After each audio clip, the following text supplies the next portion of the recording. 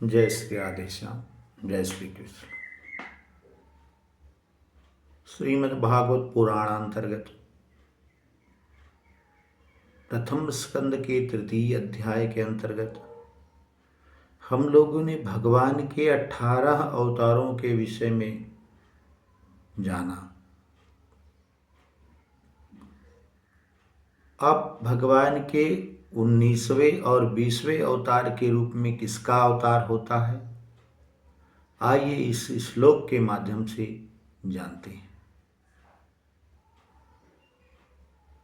समुद्र एकोनविंशे विंशतितमे विष्णुसु प्राप्य जन्मनि रामकृष्णावेति भूवो भगवान् हरोद्भरम् भगवान् हरोद्भरम्। एकोनविंशो अर्थात 19वां और 20वां अवतार भगवान का राम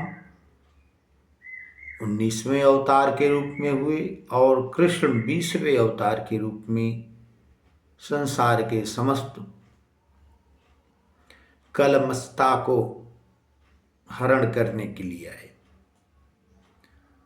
कह रहे ततः कलौ संप्रवृत्ते सम्मोहाय सुरद्विषां बुद्धो नाम्न जनसुतः कीटकेषु भविष्यति।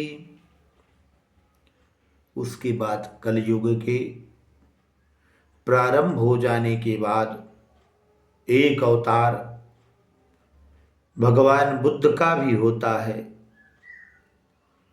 जो आधुनिक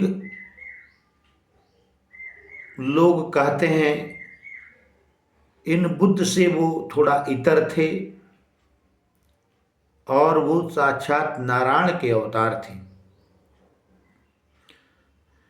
और 1800 युग संध्यायम 10 प्राय सुराजसः।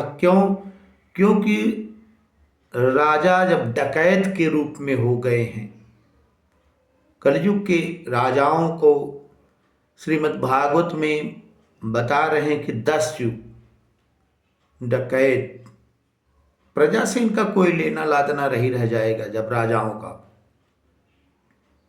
और 10 युग के रूप में राजा हो जाएंगे, प्रजा को केवल लूटना उनकी जब मानसिकता हो जाएगी। कहने जनिता वृष्ण यशसो नाम्या कल की जगत पतिर। इसके बाद भगवान श्री कल्कि का अवतार होगा और निश्चित रूप से इन महाराज भगवान कल्कि के द्वारा 10 राजाओं का विनाश होगा। इसके बाद कहते हैं अवताराय संख्येया हरे सत्व निधेर्द्विजा यदा विदासिनः कुल्या सरसस्यो सहस्रशः। अवतारा संख्या हरे हरे अवतारा, भगवान की असंख्य अवतार हैं। कितने अवतारों की कहें, ये प्रमुख अवतारों की बात जो उन्होंने बताया।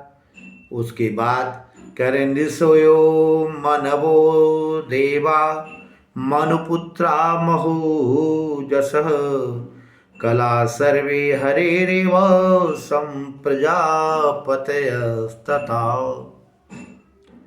कहें कराल कलयुग में निश्चित रूप से ऋषि मनीषी देवा मनुपुत्रा महुजशाह, कलयुग में सर्वे हरेरेव संप्रजात, भगवान से ही सबकी उत्पत्ति होती है।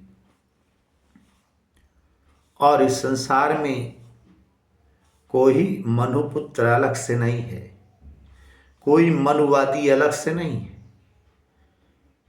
पूरी पृथ्वी पर जितने भी लोग हैं सब मनुष्य हैं और वो सब मनु की संतान है, कोई इतर उससे नहीं है।